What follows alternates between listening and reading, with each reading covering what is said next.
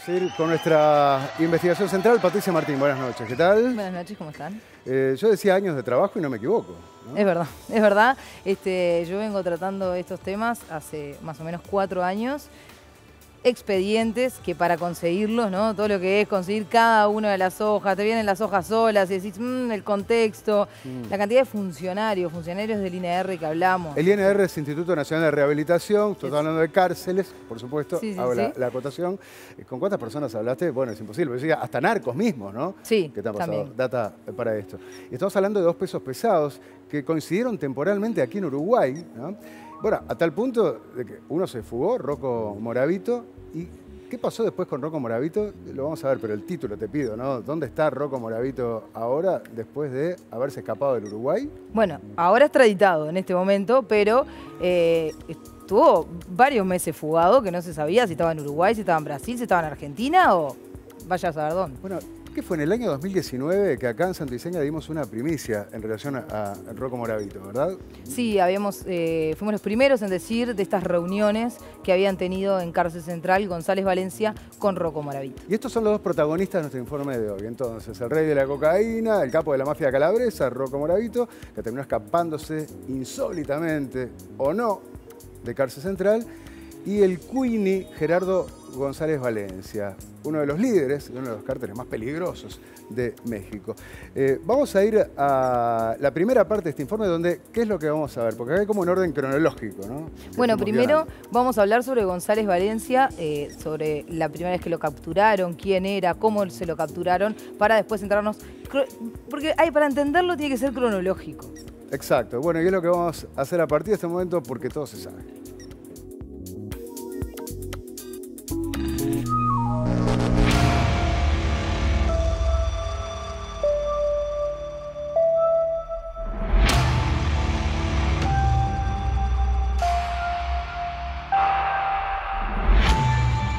En marzo de 2016, la policía recibió información sobre un grupo de personas extranjeras, mexicanos e italianos que estarían vinculadas a actividades de narcotráfico, lavado de activos y grandes inversiones en nuestro país.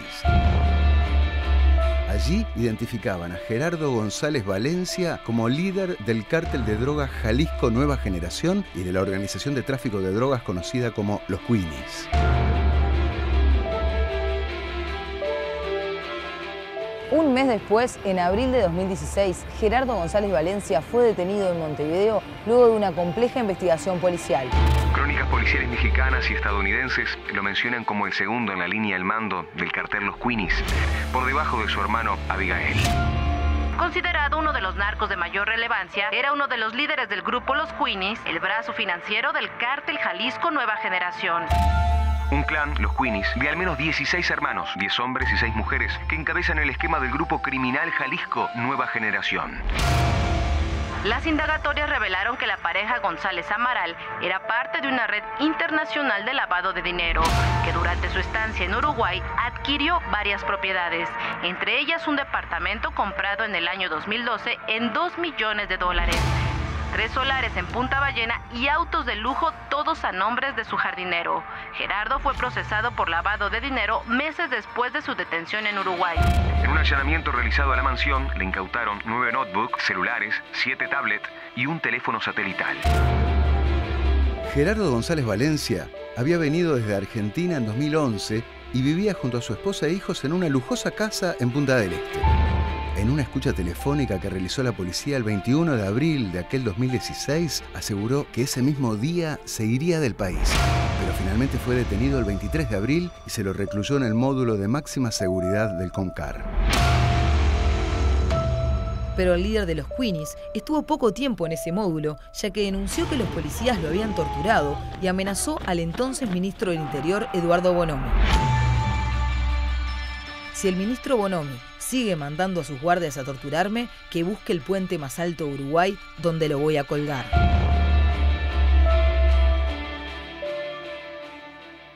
El 29 de abril de 2016, luego de que el líder de los Queenies amenazara al entonces ministro del Interior, Eduardo Bonomi, se tomó la resolución de trasladarlo a este contenedor, dentro de la Guardia Republicana. pero no existe ninguna resolución al respecto. Santo y Seña pudo hablar con el entonces director de la Guardia Republicana, Alfredo Clavijo, quien por primera vez da su versión de los hechos.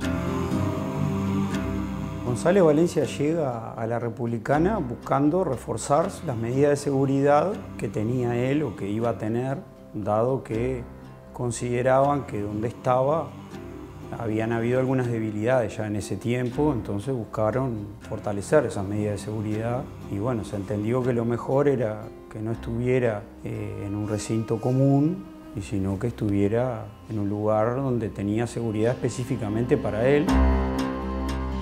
Eso llega como una resolución ministerial, no es que ustedes ni dicen que van a traer a González Valencia, o sea, a la Republicana se le da desde el Ministerio o desde el INR una orden de que él iba a venir para las instalaciones. Yo entiendo que eso fue una coordinación entre las autoridades del INR y las autoridades del Ministerio buscando una mejor seguridad para ese privado de libertad en ese momento que estaba, si no recuerdo mal, estaba procesado por un delito de lavado de activos y a la vez tenía un pedido de extradición. Lo que buscamos fue ubicarlo en el centro del perímetro con ese contenedor en un lugar más seguro, darle un cerco al costado para que tuviera una especie de patio y bueno, y eso era un contenedor. En algunos momentos se dicen que eran 2 contenedores, era un contenedor.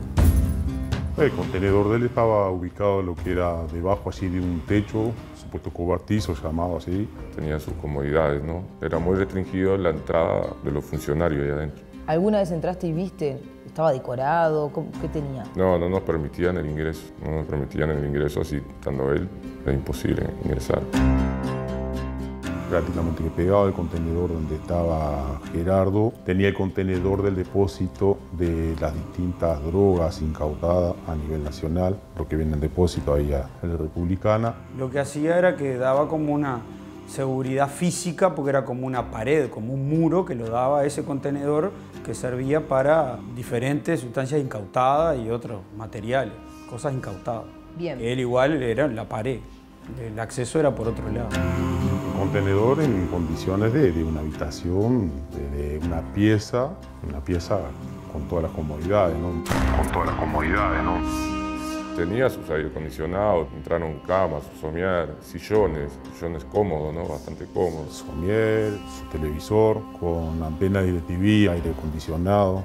Tenía su buen plasma. Y un baño completo, o sea, una casa común, digamos, o sea, con ducha, calefón, o sea. No es lógico que no, esas cosas no existen para los demás presos. Estamos hablando que él ahí era un preso que gozaba de beneficios no existentes para los presos comunes.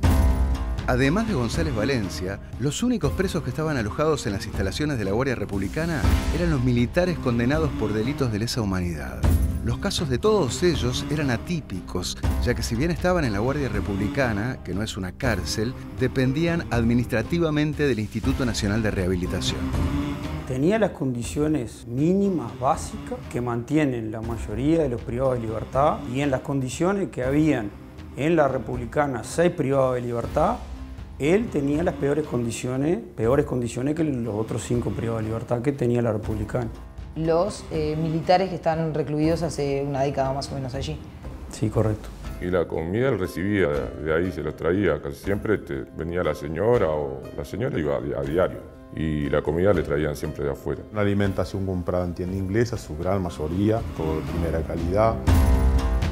Y no cualquier comida, porque la autoridad carcelaria permitió que se le ingresara avena laminada, almendras crudas, dátiles, arándanos, chía, galletitas de cacao amargo y coco con miel y té. Entraban casi siempre en bolsa, venían en bolsa y sí, por los formatos de la botella, algún vino que otro le entraban, ¿no? Pero veíamos por el formato de las botellas que llegaban y entraban. Cuando sabíamos que venía rumbo al container ahí, que venía acompañado de un oficial, no se lo tocaba. ¿Qué tipo de bebidas alcohólicas entraban? Y ahí como todo mexicano, el alcohol blanco y después con jugos, con eso se preparaban las bebidas de ellos. ¿Y eso los policías lo veían y sabían? Sí, eso lo veían, pero... ¿Está autorizado? Y autorizado no debería estar. Y sobre estas irregularidades, consultamos al exdirector de la Guardia Republicana, Alfredo Clavijo. Algunos guardias hablan de que en algunas ocasiones entró alcohol, botellas de vino o alcohol blanco. ¿Tú tuviste conocimiento de esto? No, nunca se autorizó alcohol, no está autorizado que ingrese alcohol. Nunca hubo un procedimiento administrativo al respecto, si no se hubiera dado cuenta la justicia. Como sí se dio cuando en una revista de una visita se incautó una pastilla de sustancia ilegal. Acá, en base a estas cosas, a veces hay muchos dichos y leyendas y mucha gente empieza a decir, bueno, pero como lo hace la justicia... Bueno, lo que pasa es que nosotros hablamos con 5 funcionarios que trabajaron en esa época. Y bueno, pero esos funcionarios también tienen la responsabilidad de decir cosas las cuales las puedan demostrar. Yo diría que lo que están haciendo ahora roza con lo ilegal, porque están haciendo una afirmación que no la pueden demostrar y hablan entonces de que de alguna manera alguien cometió una ilegalidad. ¿Y por qué no la reportaron en ese momento? ¿Por qué no la denunciaron en ese momento? Tenía un medio tanque así donde se comían grandes asados, se hacían comidas. Entraban 3, 4 personas y se hacían sus asados. Pasaban principalmente los fines de semana. O lo que también se llamaba la atención, que tardecita, ya tardecita noche también recibía visitas, ¿no? En este patio, González Valencia tenía libertad de movimiento. Él podía salir cuando quisiera y además tenía un medio tanque en donde realizaba asados con sus visitas. No se revisaba, entraban ya directamente en la guardia.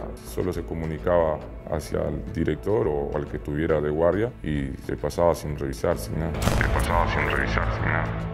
¿La comida de él? La comida de él y bueno, y todo la visita y todo. De hecho, González Valencia recibía visitas en su contenedor de la Guardia Republicana y había una lista con las personas autorizadas. Pero según recuerdan estos efectivos policiales, hubo ocasiones en que entraron visitas que no estaban en la lista y ellos desconocían si el Instituto Nacional de Rehabilitación las había autorizado.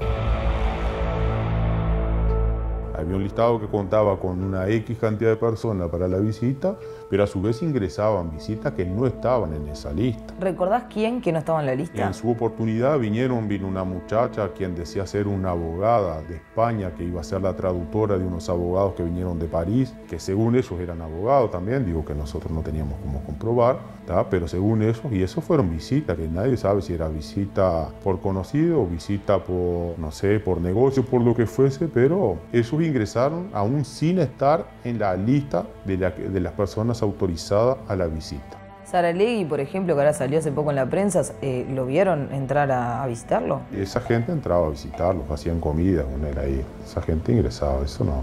Y esa gente no estaba en la lista.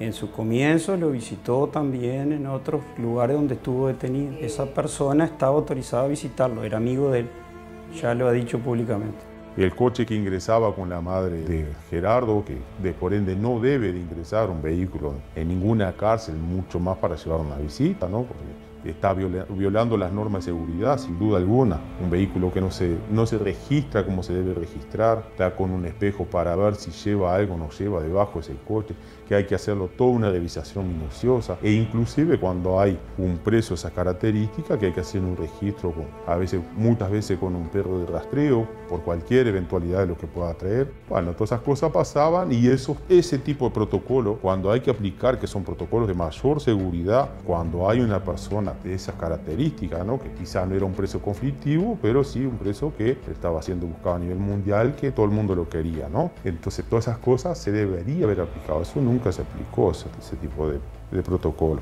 Solo se pedía la cédula, se informaba que tenía visitas y ingresaban con previa autorización del director. El director era Clavijo. Y hubo ocasiones en que entraba gente que estaba fuera de la lista. ¿Quién definía quién podía entrar, de qué forma? Esos son dichos.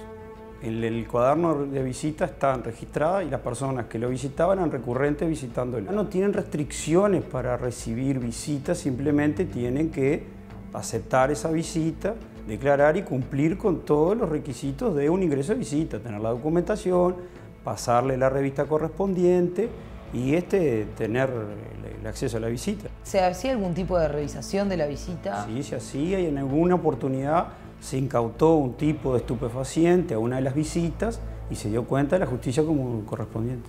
¿Él tenía visitas todos los días o tenía visitas marcadas, estipuladas, como hay en las cárceles, que tal día pueden venir? No, si venía una visita, la visita ingresaba. Todos los que vinieron de visita, más allá de estar o no estar en el listado de la visita, todos ingresaron a visitarlo. Todos tuvieron la oportunidad de verlo. Lo que llamaba la atención que nunca estaba prohibido revisarlo, no se lo revisaba. Estaba prohibido revisarlo, no se lo revisaba.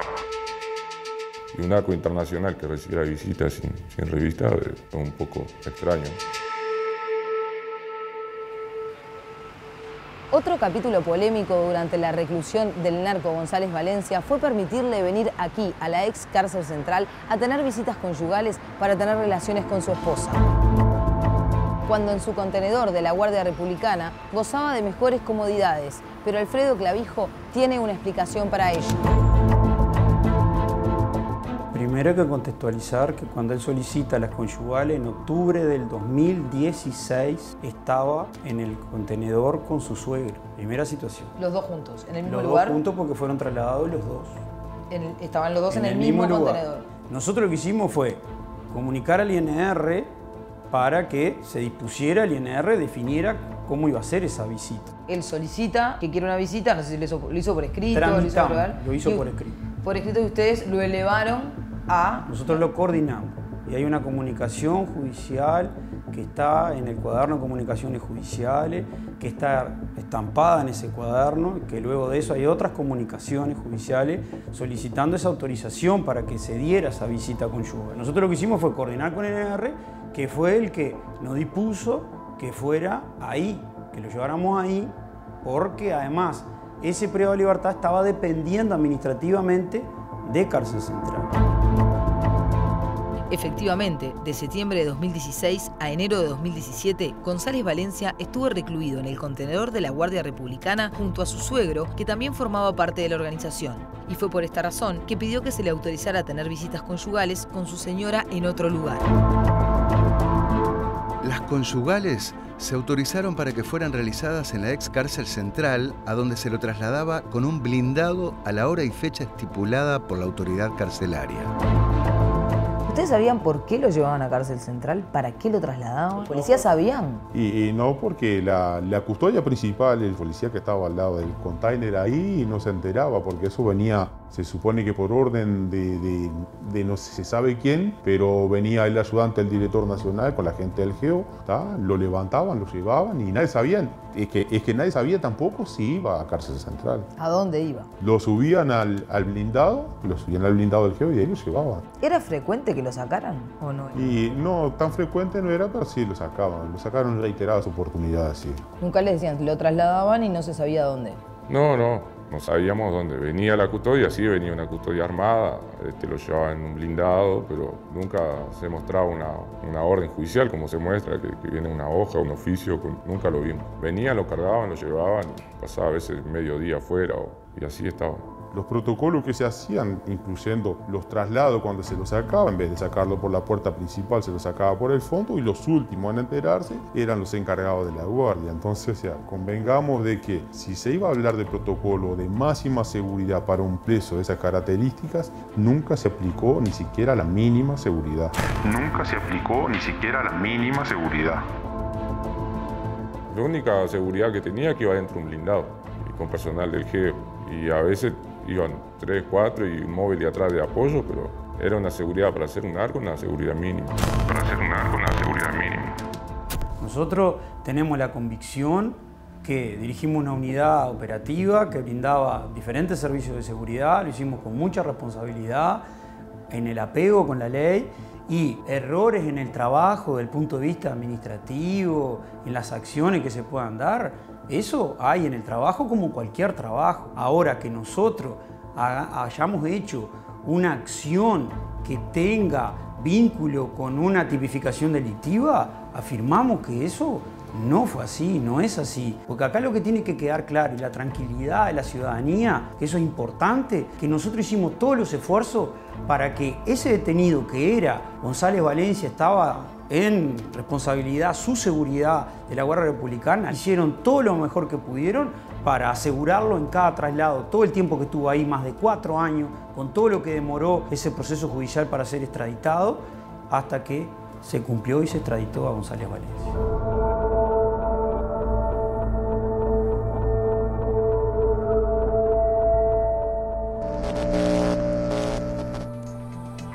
Bien, hasta aquí el capítulo inicial de esta investigación. Esto es como una introducción para entender quién es González Valencia. Bueno, por qué estaba alojado donde estaba alojado. Lo más complicado va a venir a continuación, por supuesto. Aprovecho para decirles que Alfredo Clavijo, el exdirector de la Guardia Republicana, rompió el silencio, ¿no? Y habló públicamente por primera vez con Santo Iseña. Clavijo, que ahora está en paz en comisión en la Intendencia de Montevideo, Carolina Cose, ¿verdad? Sí. Bien. Era el director de la Republicana y obviamente también está en la mira de la justicia, ¿no? Justicia que está indagando todos estos episodios vinculados a González Valencia y a Rocco Moravito y su fuga, que es a lo que vamos a ir a continuación. Pero detengámonos en algunas de las cosas que vimos acá, o eventuales irregularidades, porque como veíamos, González Valencia primero estuvo en el CONCAR, en el módulo 12, y de ahí fue trasladado a la Guardia Republicana, a ese contenedor que allí veían. Pero no hay una resolución del Instituto Nacional de Rehabilitación para moverlo, para trasladarlo. No, no está documentado ese traslado. Nosotros suponemos que fue en el momento que él efectúa la amenaza contra el ministro, pero lo que sí pudimos acceder es un informe que realizó una psicóloga en 2018. ¿Sí? Vamos a verlo a continuación. Entonces, detalló lo siguiente la psicóloga en ese informe. Vamos a esto que está pintado amarillo. No se conocen los motivos de este traslado, no constando registro alguno en su carpeta jurídica ni en el sistema de gestión carcelaria, que es decir, SGC. Sí. O sea que en 2018, en parte de la investigación, ya una psicóloga que hace una revisación un informe grande, ya no encontraba esa resolución. Ahora Clavijo dijo, y yo tomé nota, dijo que esto del traslado fue una coordinación entre autoridades carcelarias y del Ministerio del Interior. Obvio, a un peso pesado, como un Queenie, no lo va a trasladar. Del CONCAR a la Guardia Republicana no hay un papel, sí que lo sepa la autoridad. O sea, el propio Clavijo lo reconoce. Coordinación entre autoridades carcelarias, INR, ¿quién estaba al frente del Instituto Nacional de Rehabilitación en ese momento? Gonzalo La Rosa estaba en ese momento. Acuérdense de ese nombre, Gonzalo La Rosa. Y obviamente, Ministerio, autoridades políticas, Bonomi, Perro Vázquez.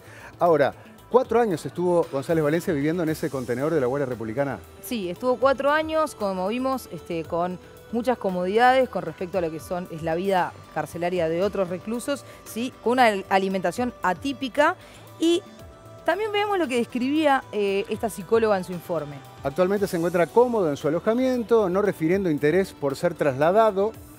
Se encuentra alojado en un contenedor equipado con calefacción, cama, mesa, silla, frigobar, parrillero, TV LED con cable. Ha pintado las paredes perimetrales que cierran su patio, el cual habita solo, habiéndole puesto piso de piedras de jardín, todo a su costo, claro, plata no le falta, ¿eh? Recibe visitas de su mujer y 2 de sus hijos, sus padres, sus abogados y amigos, tantas veces como quiera, pues tiene autorizadas las mismas todos los días de 13 a 19 horas. No es el régimen habitual, obvio, de un recluso en las cárceles uruguayas, pero detengámonos también allí, porque no era un preso habitual. Bueno, depende, porque en realidad hay que hacer una distinción.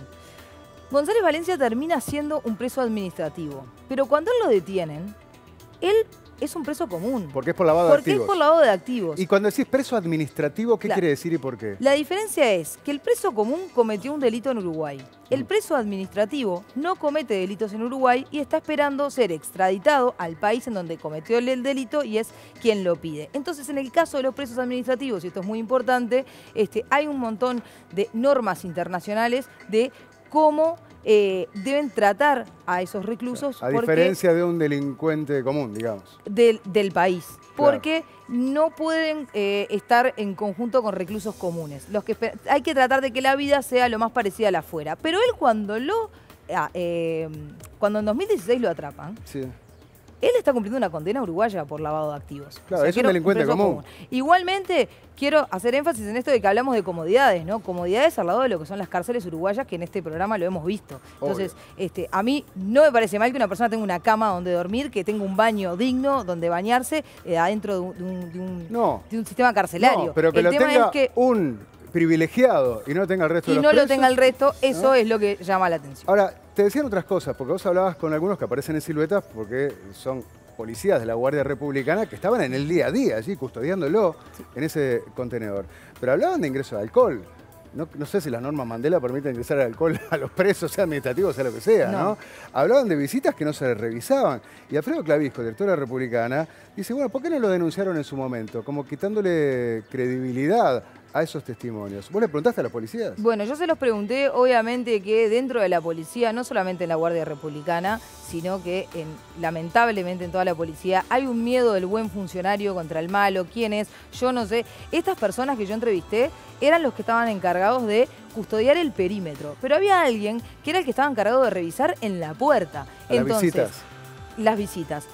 Si esa persona tiene una jerarquía mayor y estaba levantando una coima por dejar entrar tal cosa, no era tan fácil denunciarlo. Por más que, o sea, los entiendo, por más que deberían de haberlo hecho. Bueno, vamos a ver a continuación lo que casi simultáneamente ocurría con otro capo mafioso, Rocco Moravito, porque todo se sabe.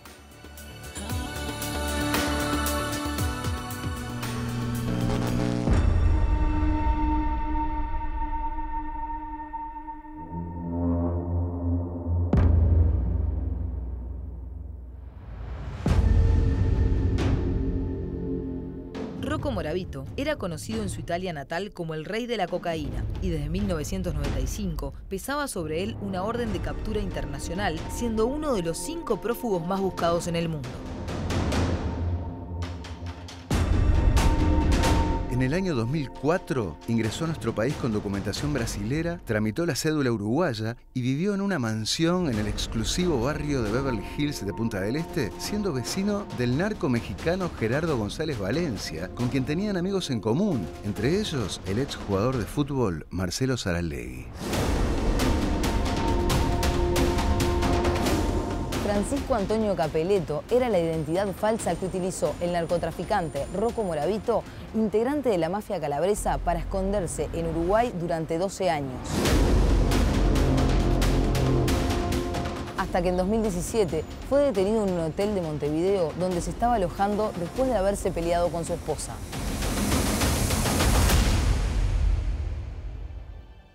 El capo italiano Rocco Moravito, uno de los 10 más buscados del mundo y detenido el fin de semana en Uruguay, mantenía una vida tranquila en el turístico balneario de Punta del Este. Con el juego de huellas dactilares de la notificación roja de Italia, lo hacemos confrontar con la base de datos de identificación civil por la posibilidad de que la persona pudiera tener un documento uruguayo con otro nombre. Y efectivamente, hace relativamente poco, unos pocos días, surge de que había una persona registrada con esas mismas huellas, con otro nombre en nuestro país. En la noche del viernes surgió de que se había hospedado en un hotel de Montevideo. No sé, se enteró la justicia y se procedió a su detención en donde estaba alojado. Tenía consigo una pistola 9 milímetros, una importante cantidad de dinero en dólares y pesos uruguayos, muchos teléfonos celulares, 13 teléfonos, varios chips para comunicación y, bueno, y documentación también que había obtenido en nuestro país con su nombre falso.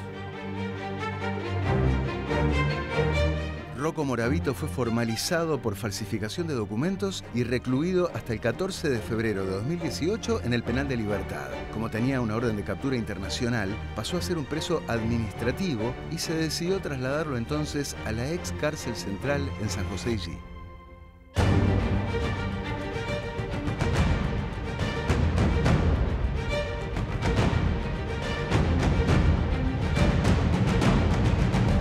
El sexto piso de la ex cárcel central está dividido en 2 salas, el sector A y el sector B.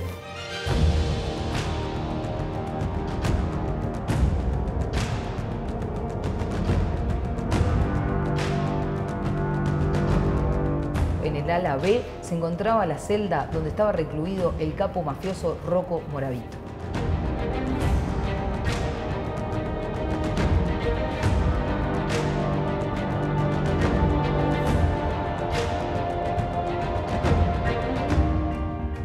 Cuando Moravito llevaba aproximadamente 2 meses recluido en la ex cárcel central, la directora de la institución, Mari González, comenzó a elevar preocupantes informes sobre los comportamientos del líder de la mafia calabresa. La directora había tenido varios intentos de alertar, de informar que no estaban las condiciones de seguridad dadas, que no tenía el personal que requería una custodia de una persona que pertenecía a una red tan importante de narcotraficantes, ¿no? Incluso había solicitado al gabinete, había tenido reuniones también con autoridades de la jefatura de Montevideo.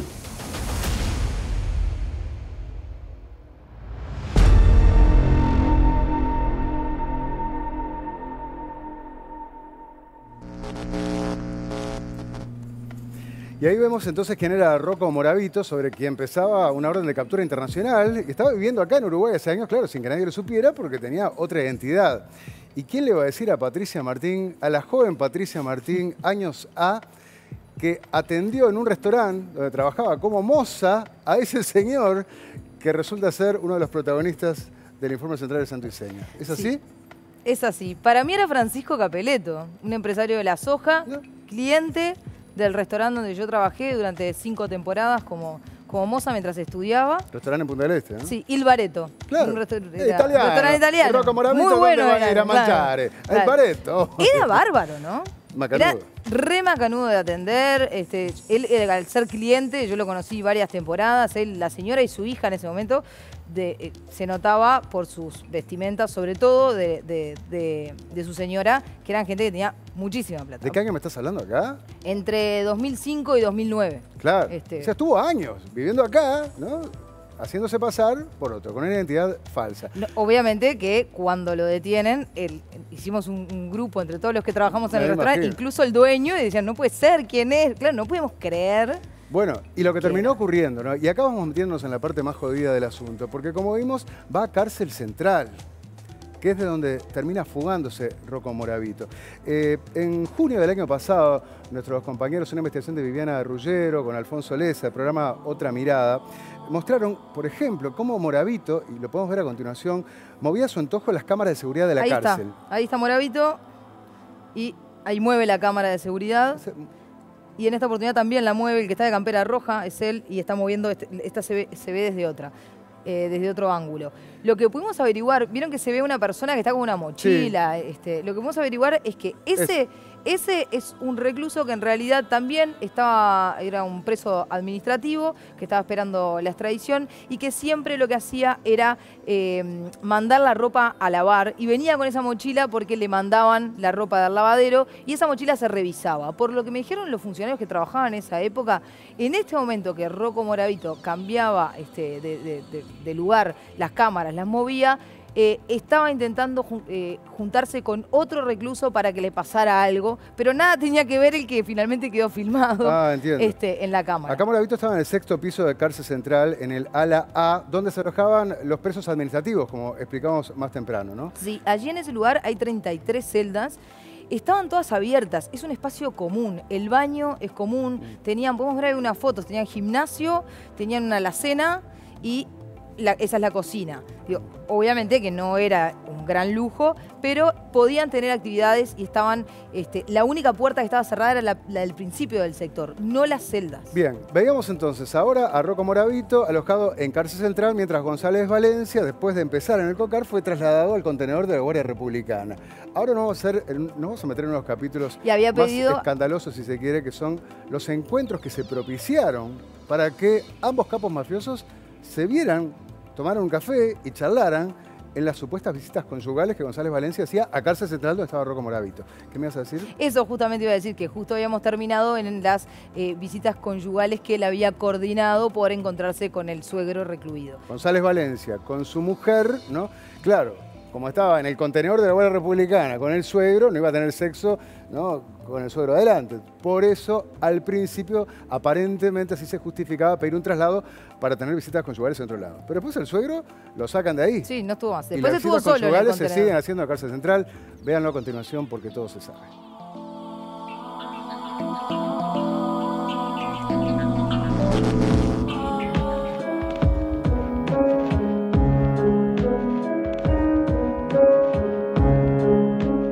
Como dijimos, el narco mexicano González Valencia comenzó a solicitar visitas conyugales en cárcel central en el año 2016 porque en la Guardia Republicana compartía el contenedor con su suegro Héctor Amaral. Pero en 2017 este fue trasladado y González Valencia quedó solo recluido en la Guardia Republicana, aunque igualmente lo siguieron trasladando a la ex cárcel central para sus visitas conyugales.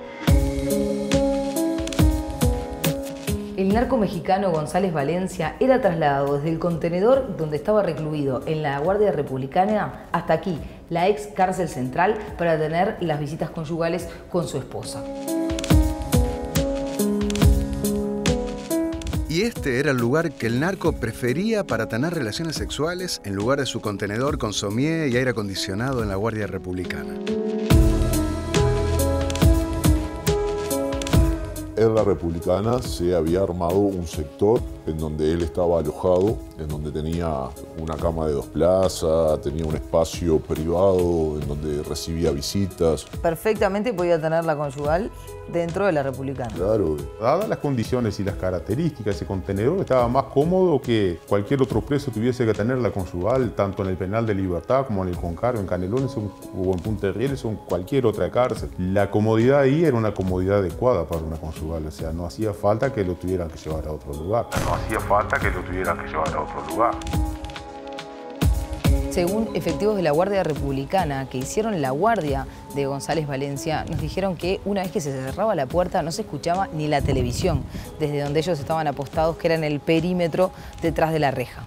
No se escuchaba ni siquiera el televisor de él cuando lo tenía encendido y además la garita de los policías estaban a 5 metros más o menos, un poquito más capaz de la entrada principal. El contenedor donde se encontraba González Valencia tiene ventanas solamente hacia este patio exterior que está cercado y del otro lado no hay ventanas, por lo que podemos ver hay un campo lindero.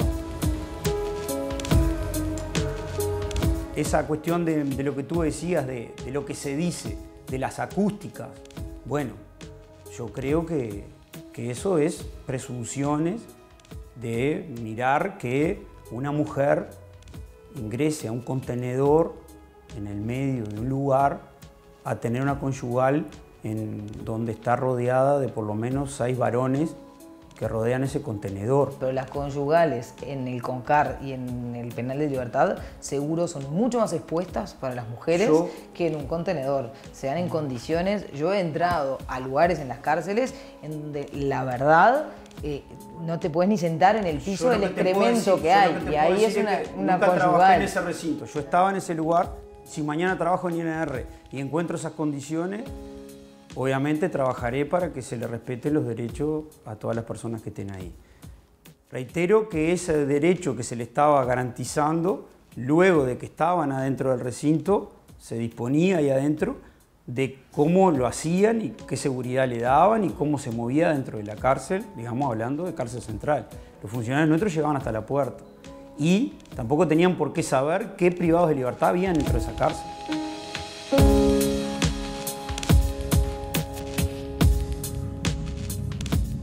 Clavijo alude a que desde febrero de 2017 en la ex cárcel central estaba alojado el líder de la mafia calabresa Rocco Moravito a un piso de distancia de donde González Valencia tenía las visitas conyugales. Estamos en el 6º piso de la ex cárcel central, donde por lo menos en 2 ocasiones se juntaron los 2 líderes narcos, Rocco Moravito y González Valencia.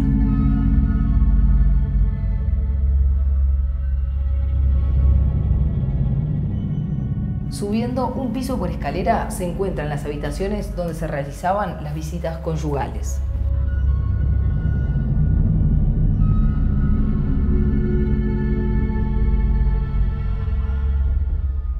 El fondo de este pasillo da al sector que denominaban parrillero.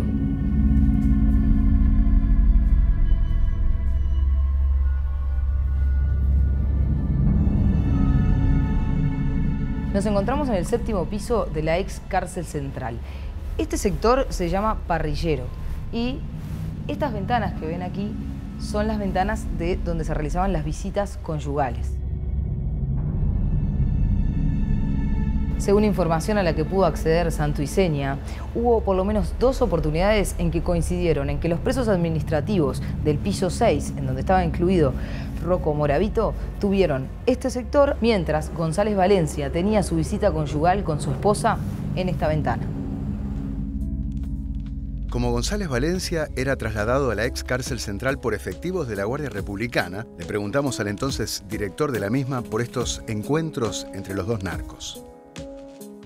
Como nosotros somos una unidad de apoyo, que lo que le brindábamos era la seguridad, nos encargamos del traslado, se llegaba hasta la puerta, nuestro personal está armado, adentro de la cárcel no se puede entrar armado, por lo cual ese privado de libertad siendo responsabilidad administrativa de esa cárcel, todas esas coordinaciones las hace el INR y es responsabilidad del INR cuando el privado de libertad llega a su unidad. Por ende nosotros llegamos hasta la puerta y ahí era, es decir, era la unidad 1 que se encargaba de darle el trato allí adentro y disponer de él. Lo más importante es entender que primero cuando detienen a González Valencia y solicita la conyugal, Moravito no estaba detenido. No, hablo después. Segundo, importante, Moravito primero, todo eso fue dándose mientras González Valencia iba a la conyugal a cárcel central. Moravito pasó a estar detenido en el penal de Libertad primero y González Valencia seguía haciendo las conyugales como se había dispuesto y como se había coordinado en base a todas las coordinaciones que se hicieron con las autoridades del INR. Esos policías que estaban ahí, no tenemos contacto con los privados de libertad, ni detuvimos a Moravito, ni nos encargamos del traslado de Moravito a cárcel central. Entonces, alguien dispuso y Moravito fue a cárcel central. González Valencia cuando ingresaba a cárcel central era responsabilidad de las personas que estaban a cargo de la cárcel. ¿Quién dispuso, quién autorizó? Eso habría que preguntarle a la autoridad de cárcel central, que son las que estaban a cargo administrativamente y en ese momento también tenían a cargo la seguridad. Pareciera que nosotros si empezamos a hacer esas conyugales esperando que algún día detuvieran a Moravito, esperando que algún día trasladaran a Moravito a cárcel central, porque pareciera que fuera así. Es decir, eso se ha dicho en todos lados. Yo lo que quiero decir es que eso no es real, no es verdad todo eso. En este caso, las directivas estaban dentro de lo que eran las autoridades más políticas. En este caso, las directivas estaban dentro de lo que eran las autoridades más políticas. En los audios que se filtraron de las declaraciones del entonces director nacional de la policía, Mario Lallera, al fiscal Ricardo Lackner, que investigaba el caso, Lallera dijo que advirtió a las autoridades ministeriales lo peligroso de los traslados del Queenie y subrayó que la decisión de las conyugales fueron decisiones políticas. Lo que yo expresé, que era una situación muy compleja, peligrosa, por todo, además, por toda la cadena de sucesos, de información que se tenía y siguiendo la ruta conceptual de por qué fue alojado en la Guardia Republicana. Pero el ministro me dijo que había una situación de derechos humanos que estaba afectando a la persona, al detenido, y que eso no se podía salvar. La responsabilidad, en este caso, de esta decisión es política para mí, en el sentido que la da el ministro.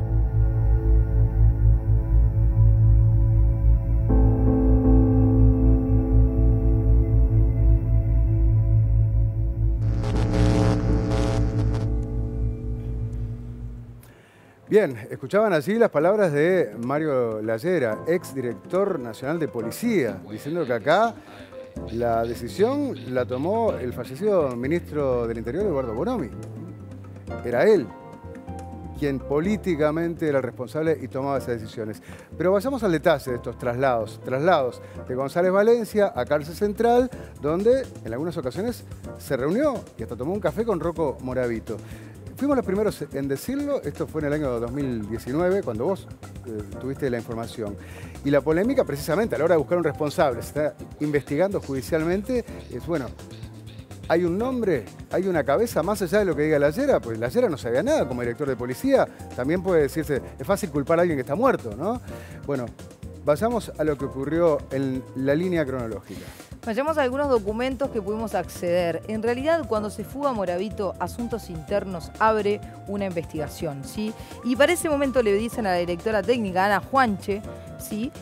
Si se solicitaba a la justicia, si había algún papel de estos traslados. Lo que hace es pedirle al encargado de la subdirección operativa, que es Juan Carlos Rosa, ¿sí? Y esto le contesta al funcionario. Por otra parte, compulsada la carpeta procesal de la PPL, persona privada de libertad, ¿no? González Valencia, no surge información de autorización judicial para llevar adelante el traslado del mismo.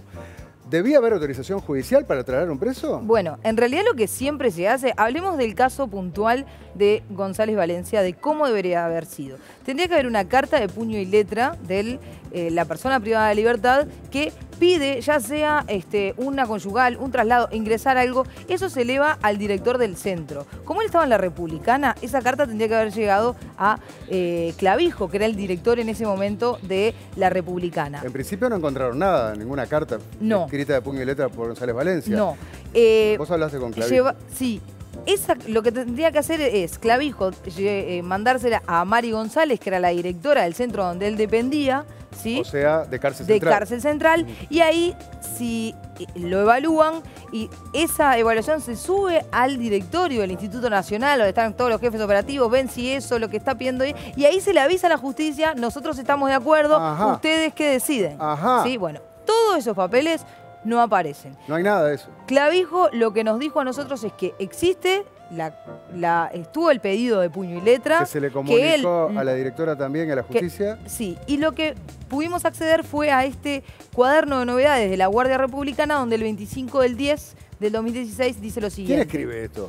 El teniente Julio Rodríguez, que es el que hoy está imputado. Ese quien estaba a cargo de los traslados. El 25 de octubre del 2016 escribió: se comunica a la señora jueza Beatriz Larrié por la solicitud de la PPL Gerardo González Valencia referente a su conyugal con la señora Wendy Amaral, autorizando la misma elevar antecedentes. ¿Este es el único documento que hay, en serio? ¿Esto? Bueno, ese es el que llevamos nosotros. Supuestamente debería haber más. Si hay, no lo sabemos, y el que debería saber es Lackner, que intentamos comunicarnos con él. Con el fiscal. Con el fiscal, Lackner, que es el que llevó a cabo hasta hace un tiempo. Claro, porque fue cambiado, ¿no? Como fiscal. ¿Y pudiste hablar con Mari González? Bueno, Mari González, la que estaba al frente de Cárcel Central. Con Mari González nos intentamos comunicar y ella, como está bajo sumario que todavía no culminó, prefirió no dar declaraciones.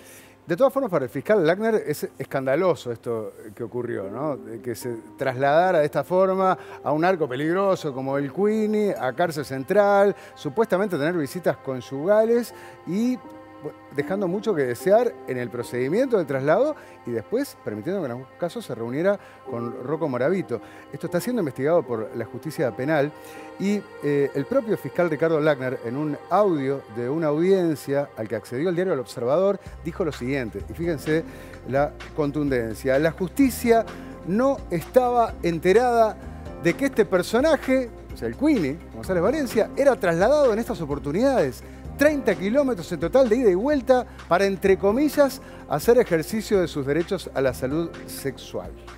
Duro el fiscal, ¿no? Sin duda que la justicia tenía que estar enterada de este traslado y autorizarlo o no. Ahora, la gran pregunta que tenemos es, ¿quién tenía que notificar o pedir esta autorización? Porque González Valencia estaba recluido en la Guardia Republicana, caso atípico como vimos, pero dependía administrativamente de Cárcel Central. Entonces, Gonzalo La Rosa, quien en su momento era el director del INR, en abril de 2018 manda esta resolución. Poner en conocimiento a las autoridades de la dirección de la Guardia Republicana y del Centro de Ingreso, Diagnóstico y Derivación del INR. El Centro de Ingreso, Diagnóstico y Derivación del INR es la ex Cárcel Central. Cárcel Central.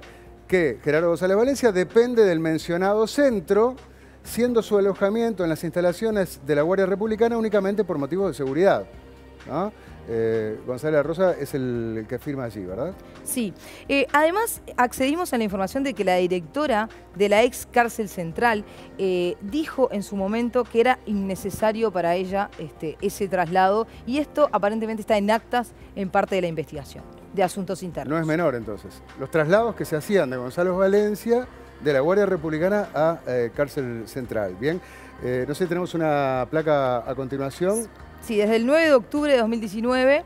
Ahí va. Respecto de la solicitud de autorización ante la justicia o ante Fiscalía, previo a los traslados, el INR no encontró registro alguno. Sí, porque esto es en realidad cuando se hace la investigación a asuntos internos, le pide a la directora, nuevamente a Ana Juanche, ¿sí?, que vea y responda si habían encontrado alguna autorización. Y eso es lo que se contesta. ¿Cuántas veces fue trasladado el Queenie González Valencia a Cárcel Central? Según lo que pudimos averiguar, ¿qué número? 14 veces. Lo que están viendo ahí son todas las órdenes de servicio, son varias, mostramos algunas. de la Guardia Republicana con los traslados, también estaba en el sistema de gestión policial cada vez que se lo trasladaba, ¿sí? Nosotros logramos identificar que fueron 14 veces y podemos ver a continuación las fechas. Porque claro, la coordinación era entre la persona a cargo de González Valencia en la Republicana y quien estaba a cargo en Cárcel Central. Traslado de González Valencia a Cárcel Central. En el 2017, 6 de abril, 26 de julio, 5 de septiembre. Todo esto teóricamente para tener visitas conyugales en Cárcel Central. Sí. Ese cuchitril que veíamos. Teniendo su contenedor con somier, ya sin el suegro que lo molestara. Sí. Está gozando de ese contenedor con aire acondicionado, con somier. Él prefería ir a ese cuartucho de Cárcel Central y se lo trasladó 14 veces. 6 de abril, 26 de julio, 5 de septiembre de 2017, en el 2018, 5 de enero, 31 de mayo, 21 de junio, 27 de julio, bueno, todas estas fechas. Sí. Y ahí suman las 14.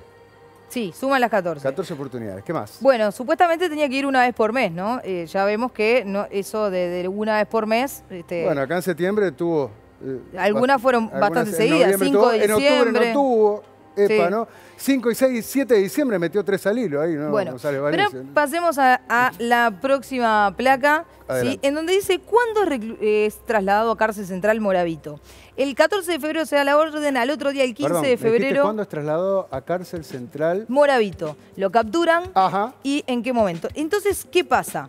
¿Por qué es importante saber que fue el 15 de febrero? Porque eso quiere decir 14 que de febrero dice acá, ¿no? durante, al otro día, esto es cuando se dispuso, se dispone y al otro el traslado, día, ahí va, hacia el Centro de Ingreso, Diagnóstico y Creación que de Rocco Moravito. venía desde el penal de Libertad porque había terminado su condena por falsificación de documentos, ya era un preso administrativo y pasó a Cárcel Central. O sea que estando Moravito en Cárcel Central, ¿cuántas veces González Valencia fue trasladado de Guardia Republicana a Cárcel Central? Por lo que a mí me dan las cuentas, 10 veces. 10 veces. 10 veces coincidieron en las instalaciones. Ahora uno me podrá decir, bueno, coincidieron las instalaciones, pero capaz que uno estaba en un piso, estaba en el otro. Nosotros supimos positivamente que estuvieron cara a cara, tete a tete, en más de una oportunidad, ¿verdad? Sí, lo que nosotros pudimos reconstruir es que por lo menos tuvieron 2 encuentros. 2. ¿Sí? 2.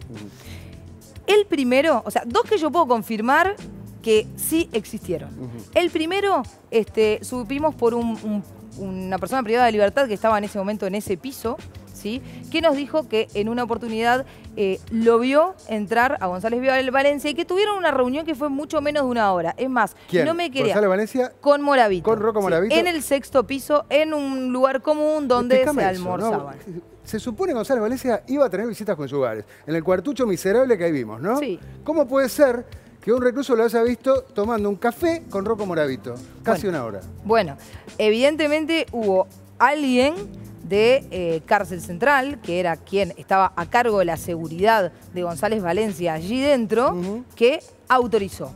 Entonces, eso lo vimos. Y aparte, este recluso, vos que llamás cuartucho, este recluso que estaba esperando ser esperando también ser extraditado, nos dijo que el cuarto de las conyugales era horrible. Es que lo vimos, y que lo vamos además, a ver de nuevo. Bueno, lo que pasa es que ahora cuando lo vimos, obviamente está abandonada la cárcel y todo. No creo que haya cambiado mucho de lo que te cómo dijeron, era, ¿no? pero también cuando dicen lo de la acústica, dice que se escuchaba todo, que era horrible estar ahí.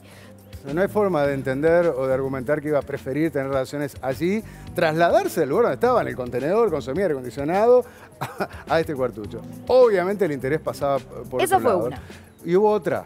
Hubo otra que pudimos acceder a un cuaderno de novedades de la Cárcel Central, en donde podemos... No me hagas leer esto, por favor. No, hay que leerlo. En este cuaderno dice, a las 8:50, a ver si entendés, Constancia, Se hace presente personal de la brigada de Coraceros, a cargo del G5 Pérez, G5 Pérez, el cual trae a la PPL González Valencia, el cual se encuentra recluido en la Guardia Republicana, el cual ese vicio que tienen tantos, pero bueno.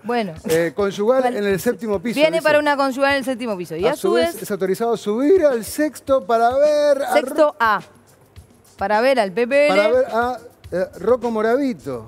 Dicha autorización fue dada por la señora directora. ¿La señora directora de quién estamos hablando? La señora directora Mari González, que era la directora de sumariada hoy, ¿verdad? De Cárcel Central.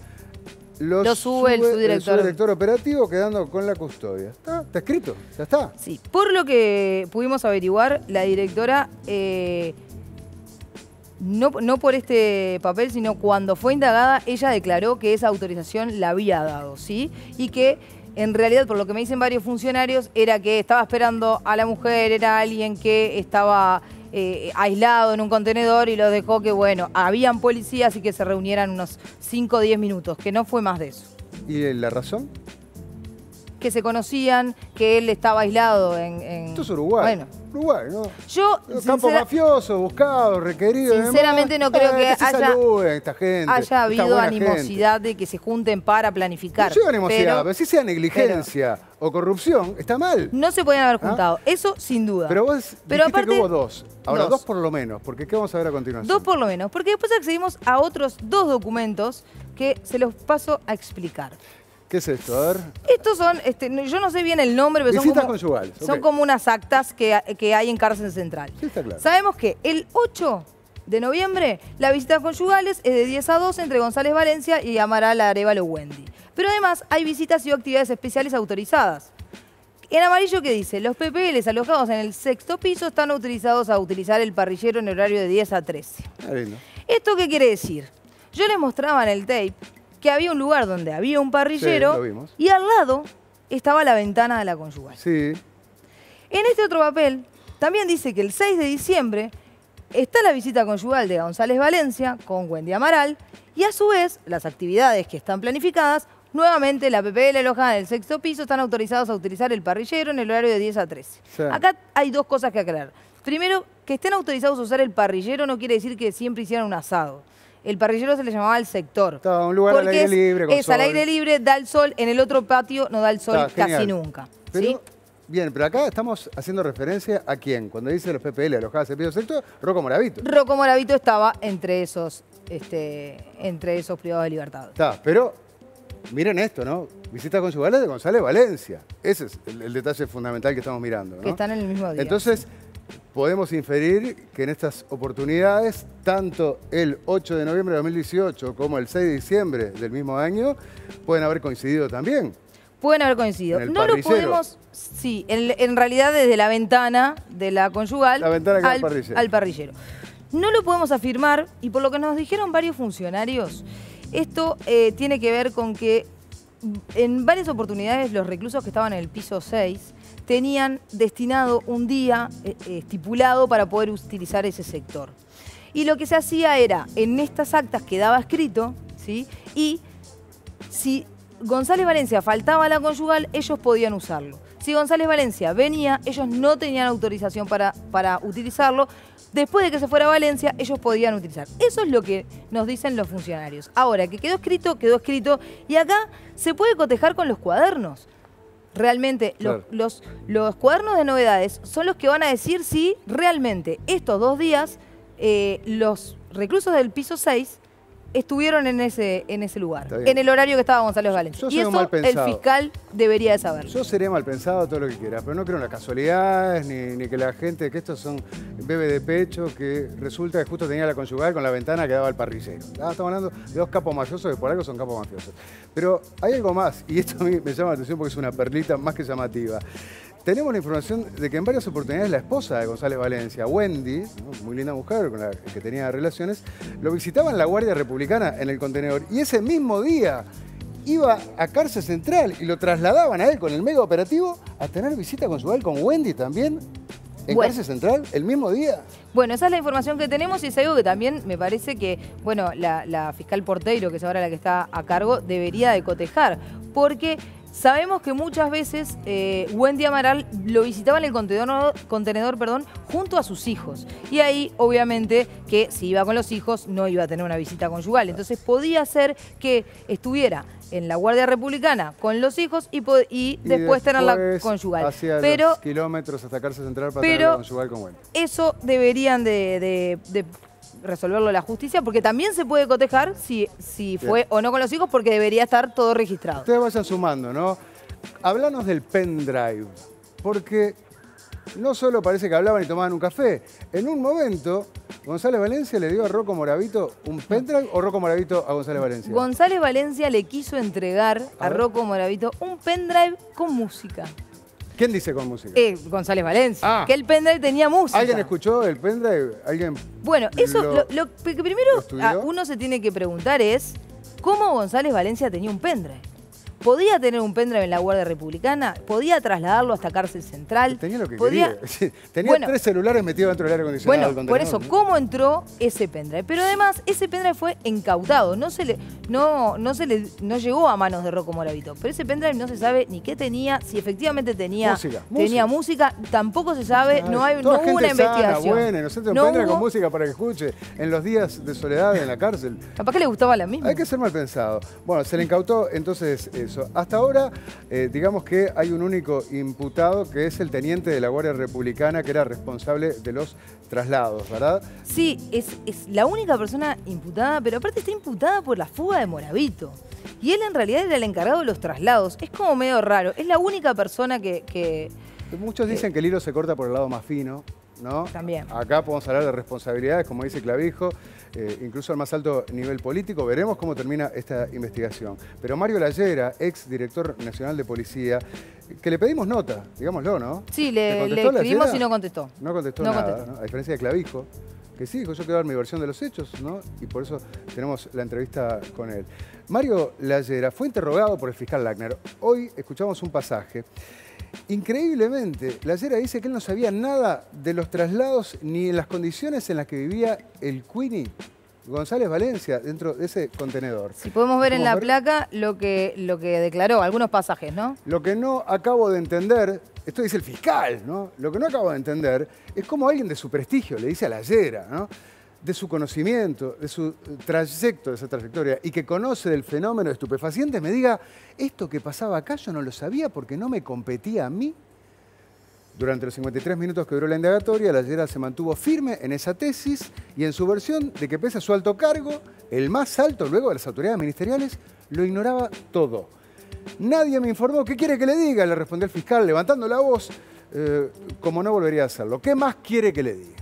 Lallera dice, yo de esto no sé nada. Pero perdón, porque Clavijo habló de autoridades ministeriales. Y hay una instancia donde se reúnen las autoridades ministeriales, el propio Lallera, como entonces director de policía, y en algunas oportunidades Clavijo, como director de Guardia Republicana, ¿verdad?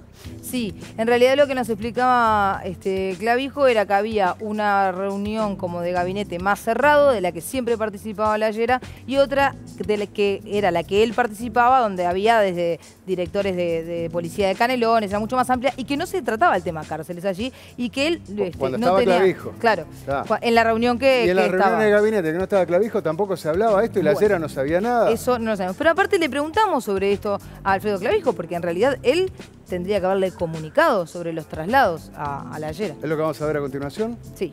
Porque todo se sabe.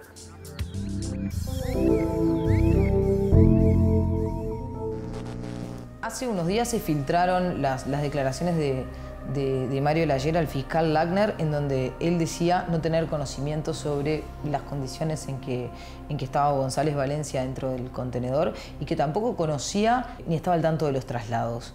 ¿Había una comunicación desde la Guardia Republicana hacia Lallera, que era el director nacional, como para que estuviera al tanto de esto o no? Yo no escuché eso. Yo lo que leí, escuché, es que en sí tenía, decir, conocimiento de cómo se daban las situaciones, pero Lallera es el director nacional de la policía. Este preso administrativo, que le fue la mayor parte, este detenido administrativo, dependía administrativamente del INR, que no es una unidad dependiente de la Dirección Nacional de la Policía.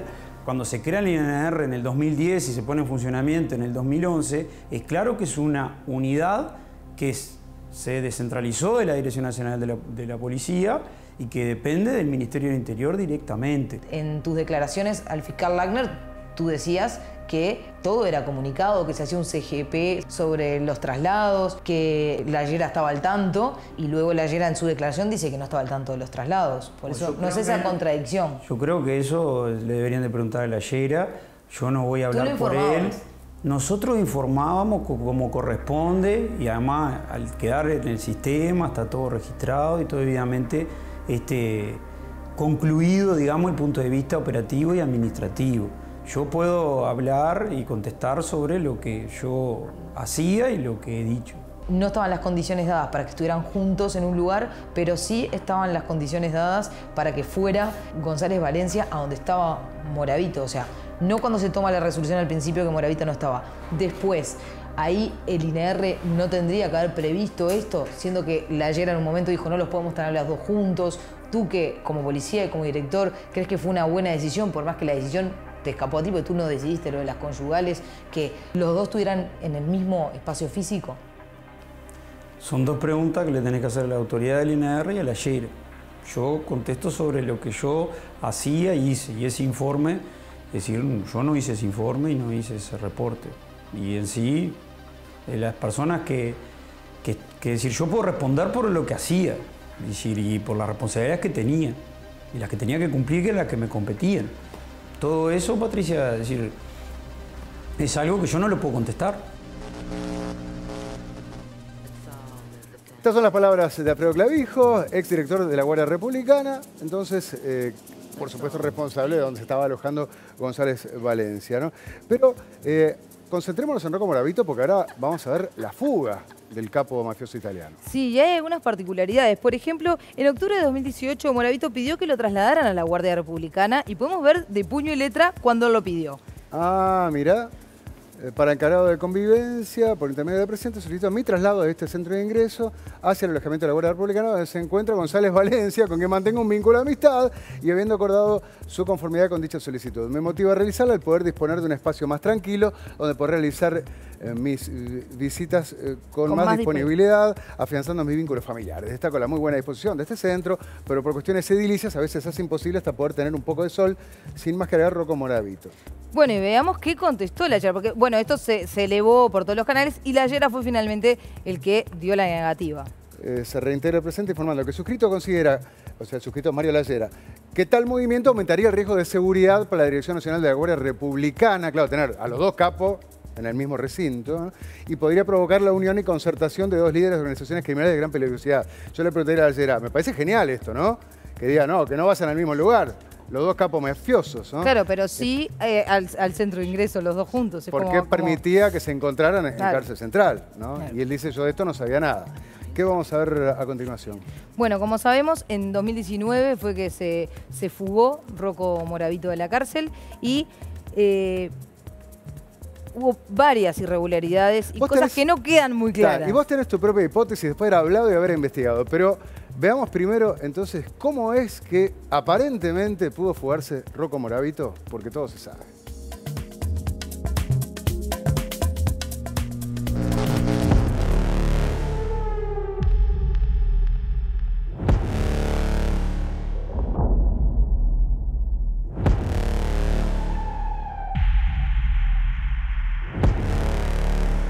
El 25 de mayo de 2019, la directora de la ex cárcel central elevó otro informe preocupante. Se constata una cuerda de nylon, la cual colgaba de uno de los ductos de aire, lo cual derivó en recorridas y controles de rejas. Se constató que en la habitación número 30, la reja de la ventana se encontraba libre de retención sostenida por su propio peso, siendo retirada manualmente, ante lo que se disponen las medidas de reparación. Se recibían informes por escrito de que se habían encontrado cuerdas en requisas. Las requisas son la actividad en donde se revisa los diferentes lugares de una unidad penitenciaria o un centro. En esa época se recibió un informe de la directora Mario González en donde decía que habían encontrado los barrotes de toda una ventana sueltos. Se pidió intervención, se hicieron reuniones también con las autoridades del INR, el gabinete, y el gabinete, por supuesto, debía informar porque era así como estaba dispuesto al Ministerio del Interior. Del Ministerio del Interior se bajaban las indicaciones de cómo actuar. Del Ministerio del Interior se bajaban las indicaciones de cómo actuar.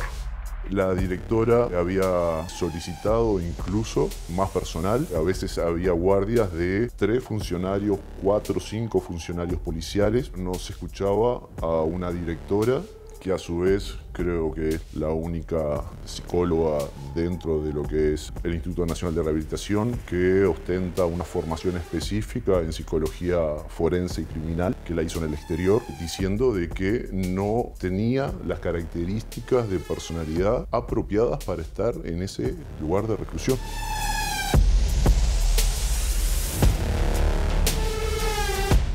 2 días después, dada la gravedad del hecho y la falta de personal, el jefe operativo pidió apoyo a la Guardia Republicana para la custodia del sector donde se encontraba Rocco Moravito. Y finalmente se resolvió que 2 efectivos de esa fuerza dieran apoyo en la ex cárcel central en el horario de 10 de la noche a 7 de la mañana.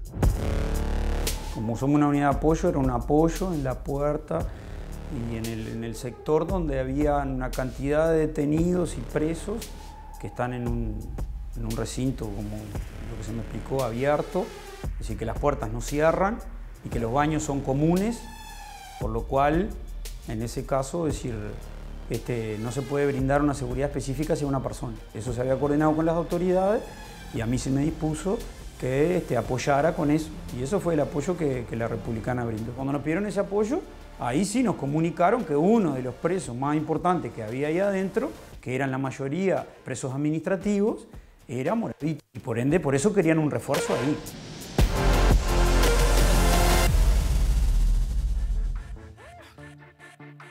Pero a pesar de las alertas y las medidas de seguridad adoptadas, el líder de la mafia calabresa se salió con la suya y logró fugarse de la ex cárcel central el 23 de junio de 2019. Estaba detenido en Uruguay desde 2017 para extraditar a Italia, pero ahora escapó por la azotea de una cárcel de Montevideo junto a otros 3 extranjeros. La reacción del gobierno italiano no se hizo esperar. El ministro del Interior, Matteo Salvini, calificó la situación de desconcertante y grave y pidió explicaciones inmediatas al gobierno de Uruguay. Hasta el día de hoy su celda sigue clausurada.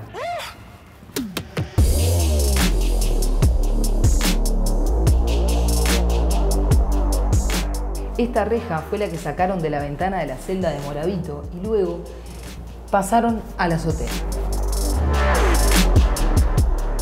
A las 23 horas del 23 de junio de 2019, Ezequiel Díaz, Matías Acosta, Leonardo Sinopoli y el mafioso italiano fugaron de la ex cárcel central.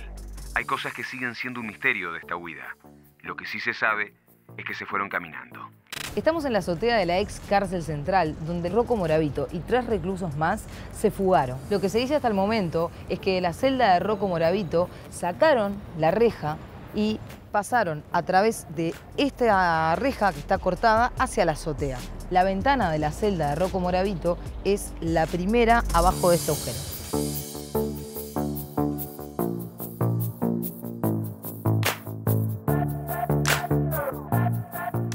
Luego de pasar por este tejido que está roto, pasaron por arriba de la reja para saltar al balcón del edificio al lado.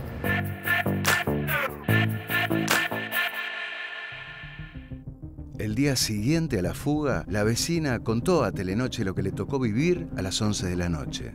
De allí por acá, y bajaron acá. Vi que prendieron la luz y me levanté, que yo estaba acostada. Y cuando veo 3 personas, 3 hombres, uno ya mayor y 2 muchachos jóvenes. Acento tenía el grande, que era el que me hablaba. ¿Italiano? Yo vi que no era ni uruguayo ni español, que era francés o italiano. Todo eso sin que nadie esa noche se percatara de lo sucedido.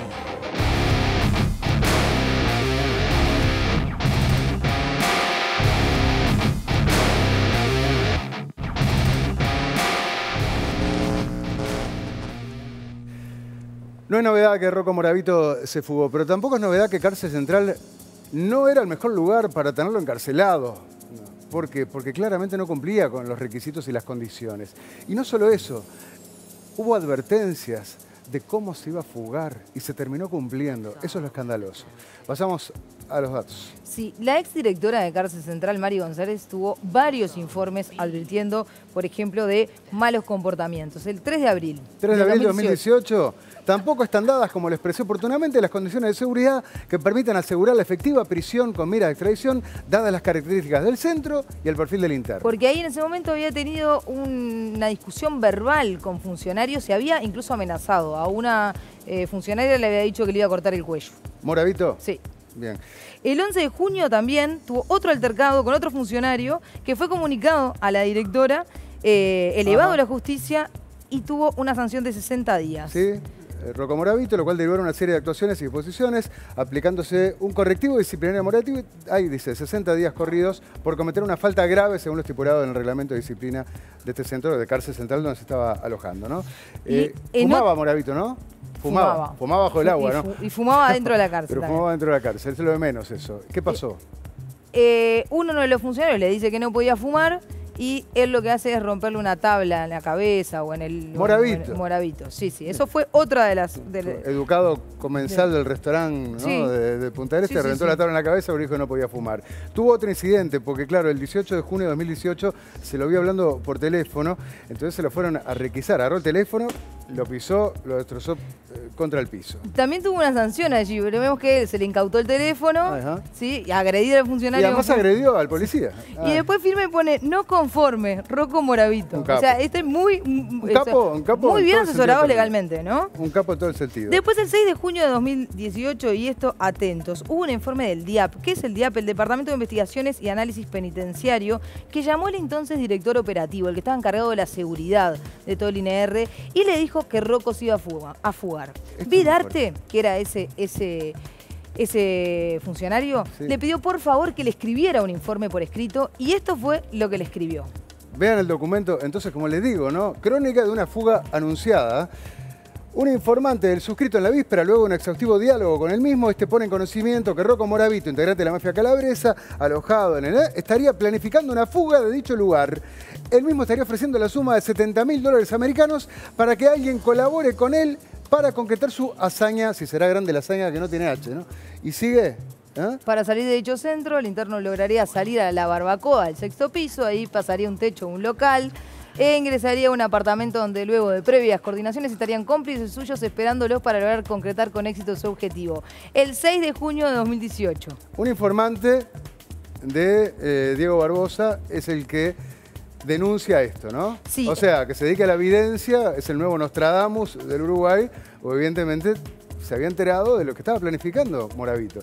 Muy similar a lo que terminó ocurriendo. Bueno, lo que pudimos averiguar es que el jefe operativo, Vidarte, lo que hizo fue comunicarlo al gabinete del INR, ¿sí? Pasó esa información y también pidió custodia a donde estaba donde estaba la parte del 6º piso y la barbacoa. Y esta es la orden que el 20 de junio de 2018 pide para tener más seguridad.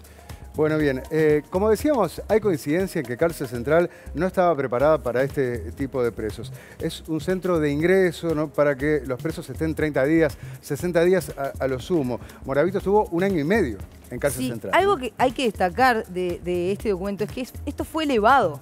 Fue elevado al gabinete y ese papel se perdió. En la investigación hoy de Asuntos Internos, este papel en donde...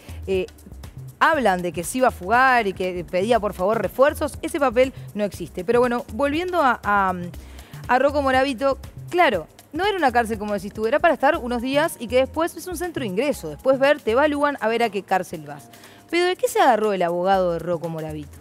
Rocco Moravito estaba en su juicio, como se llama, penado en rebeldía. Cuando vos no participás de tu juicio, se llama penado en rebeldía. Y tanto Uruguay como varios países, ¿sí? Se adhirieron a una norma que no extraditan a personas que hayan sido penadas en rebeldía.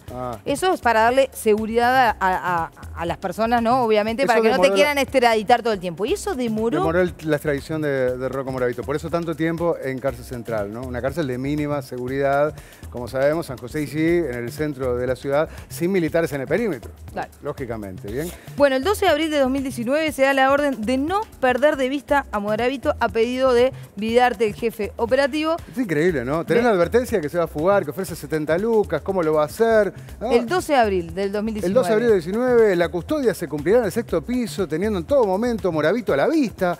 Se encuentra terminantemente prohibido perder de vista a Rocco Moravito, debiendo informar de inmediato cualquier novedad surgida al oficial de retén. Está bien, ¿no? Claro. Estamos con los ojos abiertos. Pero ¿qué pasa? Obviamente, como pasa en varias cárceles del país, el personal no era mucho, estaban haciendo muchísimas horas y Vidarte tenía miedo que la guardia se durmiera durante la noche y que esto sucediera, porque tenían muchas horas de trabajo. Entonces, ¿qué hizo? Le pidió a la Guardia Republicana si de noche podían apoyarlos con 2 efectivos policiales. Ya vamos a ver cómo siguió. Obviamente ya saben que la fuga se concretó. Pero atención, porque otro capítulo son las cámaras de seguridad. O sea, en la cárcel está bien, no habrá guardia militar perimetral, pero hay cámaras. Bueno, el martes anterior a la fuga de Rocco Moravito, la directora de Asuntos Internos de aquel momento, Estela González, le dijo a la directora de la cárcel central que se iba a llevar el DVR de las cámaras, ¿no? O sea, el grabador de las cámaras, ¿no? Porque supuestamente el fiscal había solicitado eso. Sí. Según dijo, el fiscal Lackner estaba investigando.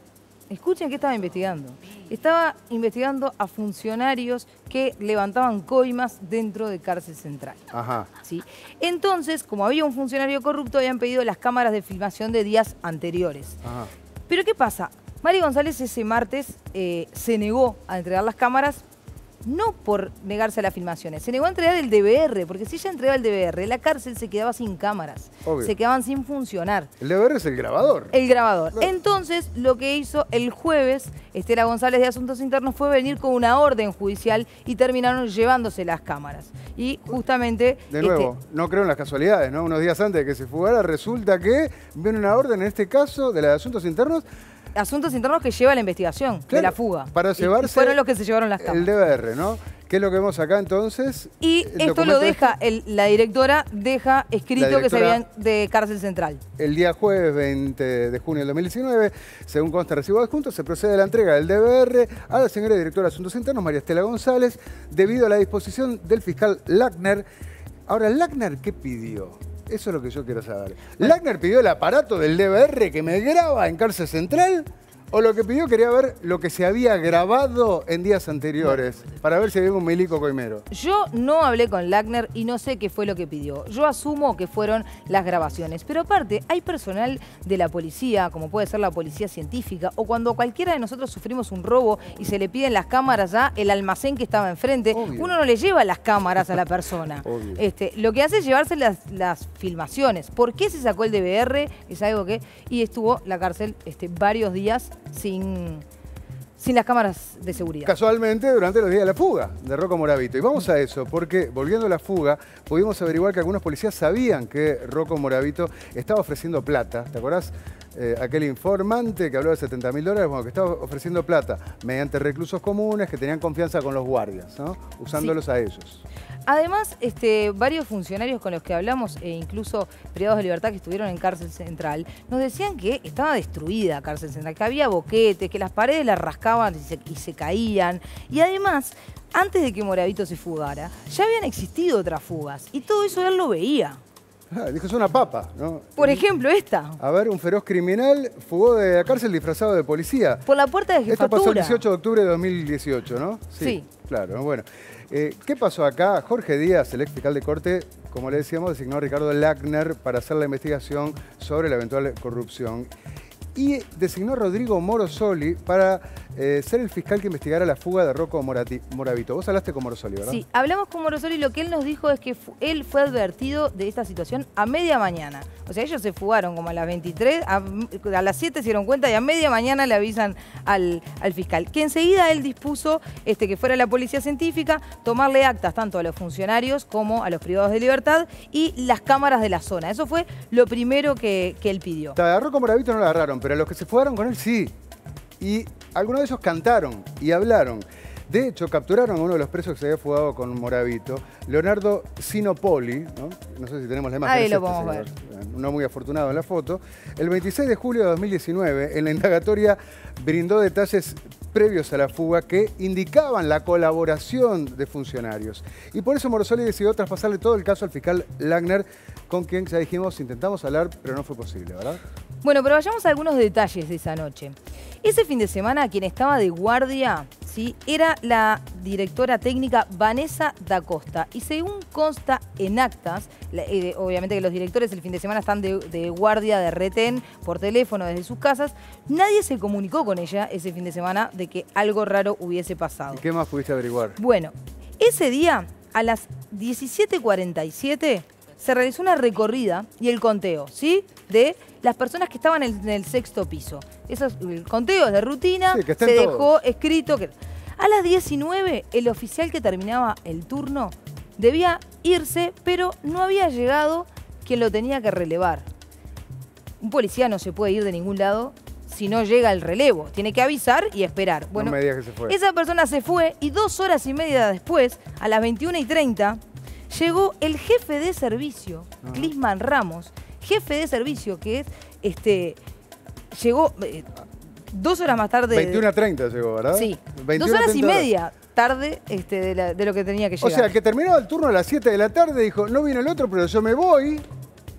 Y el que cayó, después cayó a las 9:30 de la noche. O sea que de 7 de la tarde a 9:30 de la noche, ¿quién quedó ahí? Bueno, no es lo que no se sabe. O no había nadie. ¿Y a qué hora se fugó Rocco Moravito? Bueno, pero sigamos.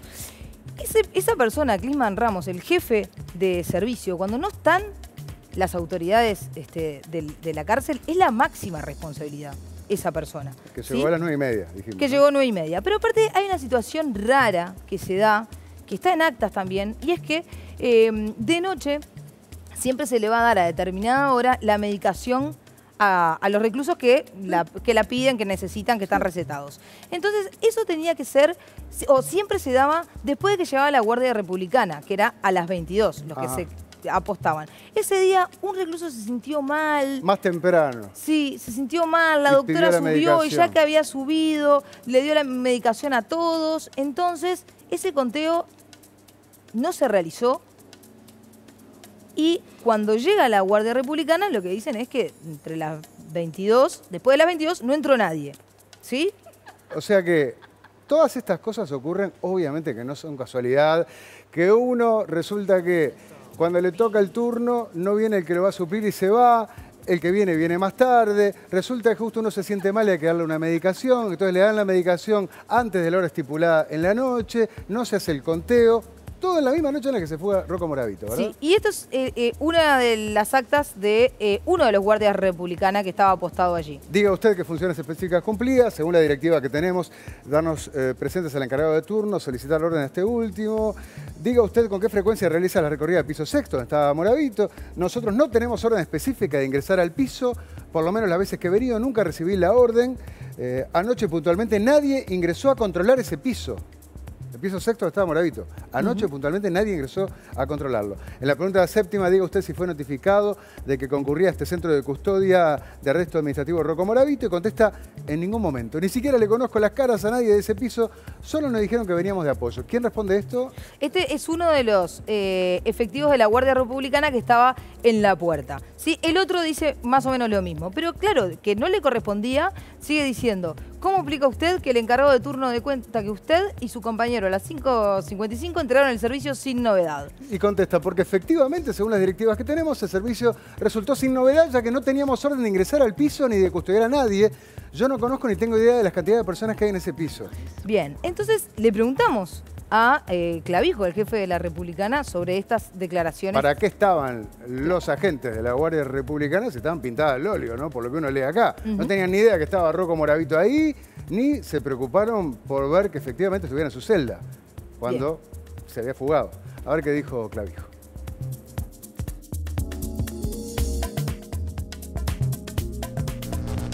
¿Y por qué los guardias de la Republicana, cuando le toman acta, dicen que ellos no saben a qué iban y que no le conocen la cara a Moravito? Porque nosotros teníamos que reforzar el piso. La orden era clara de dónde tenían que estar ubicados, no tenían que tener contacto con los privados de libertad, porque nosotros no le dábamos el tratamiento ni el trato a los privados de libertad. Somos una unidad de apoyo. Es decir, los que le daban el trato, el tratamiento, eran las personas que estaban a cargo de Cárcel Central. Nosotros íbamos a reforzar esa seguridad en ese lugar. Los funcionarios, además, la consigna que tienen es que nadie puede salir de ese lugar ni entrar si no es con un policía del INR. Le tendría que haber dicho a esos funcionarios, hay un riesgo de fuga, la persona es esta, mírenle la cara, estén atentos a, no sé, si vos venís como apoyo, si bien no te vas a meter, pero estén atentos a los movimientos o algo. Ningún privado de libertad podía salir de ahí. No importa qué cara tiene, qué cuerpo tiene, ningún privado de libertad podía salir de ahí. La información de urgencia que se realizó en primera instancia, lo que develó es que los funcionarios fueron y cumplieron el servicio en el horario que tenían que hacer y por allí no salió nadie en el horario que estuvieron ellos. Eso fue concretamente sobre el servicio que hicieron los funcionarios de la Republicana en ese piso y en esa puerta. Bueno, ahí ven ustedes las explicaciones que daba Clavijo. ¿Qué decir de esto? Bueno, en realidad lo llamativo y lo que queremos ver es lo que declaró Clisman Ramos, que era el jefe operativo del turno. Porque Clisman es verdad, Ramos es el que llegó a 9:30 de la noche, ¿verdad? Sí, porque nosotros averiguamos con varios funcionarios y con autoridades, y es verdad que los de la Republicana no tenían ni que hacer conteo, ni entrar. Y miren lo que dice en su declaración. ¿Tengo que leer todo esto? Diga, ¿usted se ocurrió alguna anomalía durante el curso del turno? No, señora. Fue una guardia con normalidad, con pocos ingresos. Sí, hubo varios egresos. No sí, uno, sí, el de sí. Rocco y el de sus amigos, ¿no? Digo, ¿usted en algún momento subió al 6º piso? No, señora, ya que durante el turno estaba resolviendo el problema de un recluso que había ingresado próximo a la hora 19, que presentaba varios inconvenientes de salud, lo cual debía hacer coordinaciones, ya que él mismo manifestaba que el día siguiente debía realizarse diálisis. Diga, ¿en algún momento se realizó controles de población reclusa en el 6º piso? Estaba moradito. Contesta, hora 19, cuando se toma el servicio, los que realizan el control del 6º piso puede ser el comandante de guardia, como así también el policía que está a cargo del 5º piso, ya que, como mencioné, no hay un efectivo dispuesto a ese piso. Luego, hora 22 horas, se realizan controles nuevamente por parte del personal de Guardia Republicana. En caso de que haya anomalía, me comunica en forma radial. Luego, hora 6 de la mañana, personal saliente de Guardia Republicana. Antes de retirarse, debe hacer nuevamente los controles de población reclusa de su sector. Hora 7. Cuando entra de turno personal del Cuerpo de Seguridad Penitenciaria, nuevamente se realizan controles de la población reclusa, que bien, todo bien controladito, ¿no? ¿Qué pasó con todos estos controles? Pero lo que él dice acá es mentira, porque la Guardia Republicana no tenía que hacer conteo, no era su función, porque ellos, como explicaba Clavijo y como otras autoridades me dijeron, ellos no podían tener contacto, ellos venían a dar seguridad en la puerta. Pero lo de Cárcel Central sí tenían que hacerlo, Sí, ¿no? sí, eso sí, por supuesto. Y no lo hicieron. Y bueno, el que estaba de guardia era Clisman Ramos y aparentemente no. Diga usted, si en el momento de los controles usted se hace presente en los pisos, le preguntan a Clisman Ramos, ¿no? Periódicamente sí, según las tareas que deba realizar, ya que también tengo varias tareas asignadas como Contralor de Recaudos de Ingresos de Procesado de toda zona metropolitana del día de la fecha. Pregunta, diga usted si en el día de ayer realizó controles de reja en el 6º piso. Contesta, no señora, ya que cuando tomé el turno, el jefe de servicio saliente me había informado como novedad que había hecho controles de reja durante el día. Lo que sí, próximo hora 0:30 hice controles de reja en 4º y 5º. O sea, en el 6º no. O sea, al 6º no fue. Es más, lo podemos ver en la siguiente placa. En las novedades, bueno, sigue su declaración con contradicciones. En las novedades, ¿sí? Podemos ver que él deja escrito que visitó el 4º piso, el 5º. Vamos con el siguiente documento. Y el 6º no. Bueno, ¿sí? eso es muy fuerte, ¿no? Es un cúmulo de datos. Nosotros habíamos dicho que 6 menos 10. El anterior había escrito que a las 17:47 había mandado. ¿Sí? Aquí es el cuaderno de novedades que se pone en ese momento, y a las 7 es que pone, se procede al relevo del turno con las novedades que anteceden, que las novedades, no, en realidad, no es nada que diga que alguien se fugó, ni nada por el estilo. El señor el amigo Clisman, ¿qué es de su vida? ¿Qué sabemos de él? Bueno, hoy es el subdirector operativo de la cárcel de Canelones. Eso es como si fuera un ascenso, porque él pasa de jefe operativo a ser subdirector y está hoy en la cárcel de Canelones. ¿Y el director del Instituto Nacional de Rehabilitación de aquel momento, Gonzalo La Rosa, dónde está hoy? Hoy es jefe de policía de Flores. ¿Es jefe de policía de Flores, del departamento de Flores? Sí. Bien. Vamos a ver qué pasa después de este informe, ¿no? Con ambos, ¿no? Pero antes de terminar, otro capítulo de la fuga es la vecina, que la veíamos dando declaración a Telenoche, la vecina del edificio por donde se fueron, ¿no? Sí. ¿Por qué? Porque en realidad ella lo que cuenta en la nota es que a eso de las 11 ingresaron estas personas y ella a 11:15 dio cuenta a la policía. ¿A qué policía? A una garita que está al lado del estacionamiento de la jefatura. ¿Qué le dijo el policía a la garita? Entraron por mi ventana 3 personas, me llevaron plata y eso quedó documentado y la directora de Cárcel Central también lo agregó en su informe. La señora manifiesta haber dado cuenta de los funcionarios policiales que se encontraron apostados en la garita de acceso al estacionamiento de jefatura. Poco después llegó un móvil de la unidad de respuesta de la zona 1, quienes le toman la denuncia, originando la novedad tal. O sea, se denunció y el policía que está ahí no se le ocurrió decir, capaz que se cruzaron por la azotea y son presos que están acá. Doy aviso, Nada, toco timbre, están al lado. Nada. Bueno, finalmente fue el turno que entró a las 7 de la mañana el que se dio cuenta que faltaban 4 personas, ¿no? Andás a ver desde qué hora. Rocco Moravito, después ya sabemos, se fue en un taxi a una pizzería en Punta Carretas, una pizzería de un ruso que fue imputado por encubrimiento. Un ruso que casualmente visitaba también al Queenie, a González Valencia, ¿no? Y obviamente a Moravito también. Luego sabemos que que Rocco Moravito se fue en un auto a Minas. Y ahí, con ayuda del PCC, el PCC es el primer comando da Capital, que es un grupo criminal brasilero muy pesado, que tiene células en Uruguay desde hace años y que opera junto al PCU, el primer cartel uruguayo que lidera Marcet. Ellos fueron quienes ayudaron en un camión de congelados para llevarse a Moravito a Brasil. Y acá entra en juego otra persona, Néstor Coleman, que también podría estar involucrado en la fuga de Moravito. ¿Quién es Néstor Coleman? Bueno, podemos averiguar que Néstor Coleman es de Minas, ¿sí? Estuvo preso por tráfico de estupefacientes y casualmente pudimos confirmar que estuvo alojado al mismo tiempo en el piso quinto o sexto, no sabemos, pero igual del quinto al sexto se podía hablar en cárcel central. Cuando estaba Moravito, ¿sí? ¿No? Y compartían abogadas, por ejemplo. Tenían las mismas abogadas que Moravito y... ¿Qué pasó con Coleman? Pidió autorización para ir a visitar a su madre, ¿no? Cuidarla, porque al parecer ella estaba muy enferma de cáncer en Minas.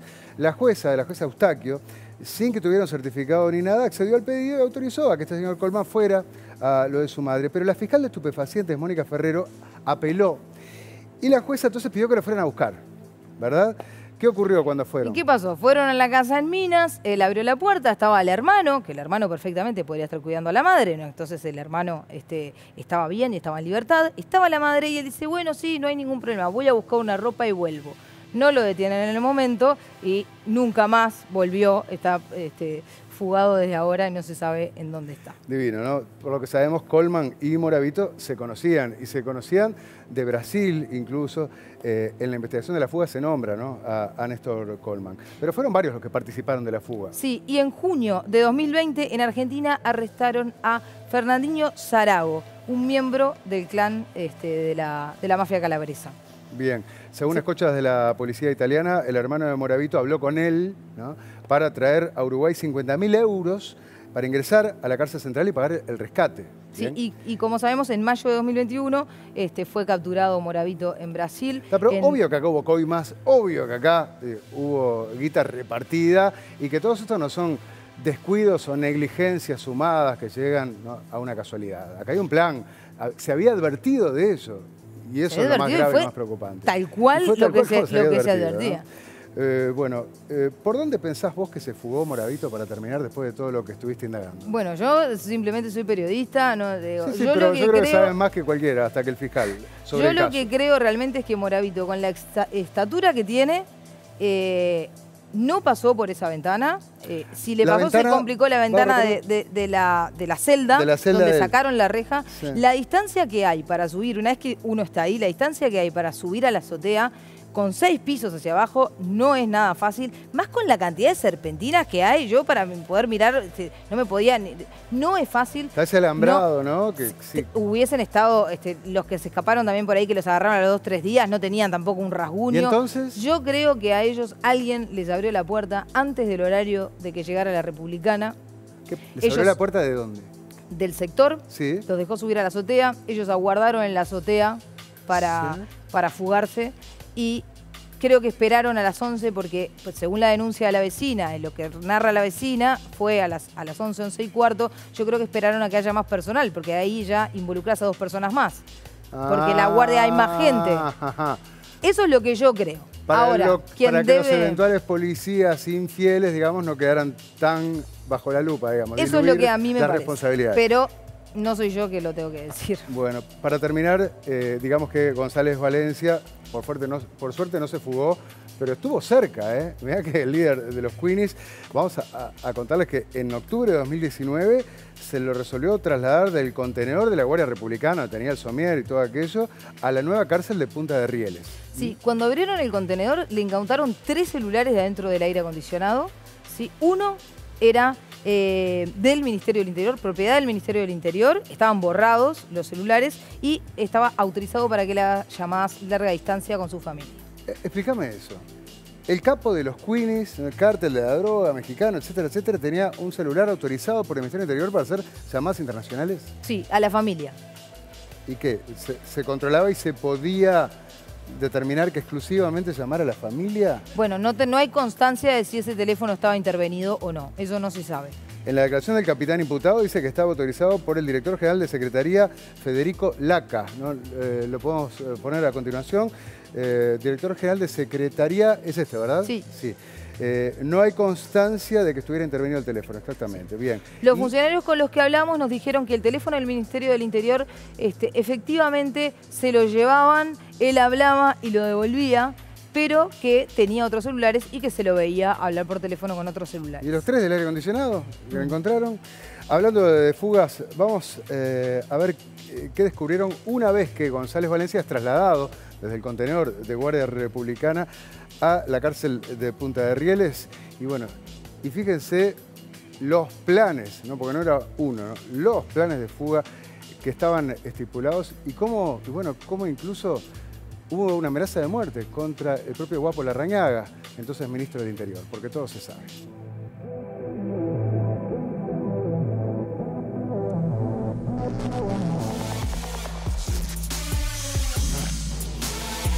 Estando recluido en la Guardia Republicana mientras esperaba ser extraditado a Estados Unidos acusado de tráfico internacional de drogas, el Queenie, González Valencia, planificó su fuga.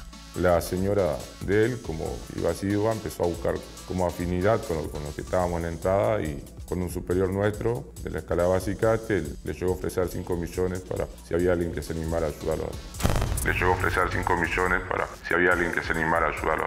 ¿Para ayudarlo a escaparse? A escaparse, sí. Pero en 2019, González Valencia fue trasladado a la nueva cárcel de Punta de Rieles y según supo Santo y Seña, también estando allí intentó planificar un escape. Estamos en la cárcel de Punta de Rieles, la unidad 1, la cárcel nueva, donde en 2020 el narco mexicano Gerardo González Valencia estuvo recluido en este edificio que está a mis espaldas.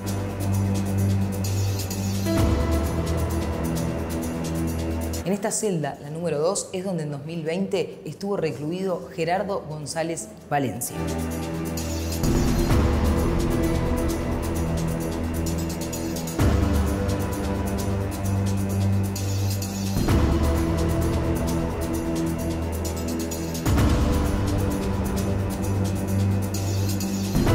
Se presume que el capo narco mexicano estaba ideando un plan para que lo rescataran.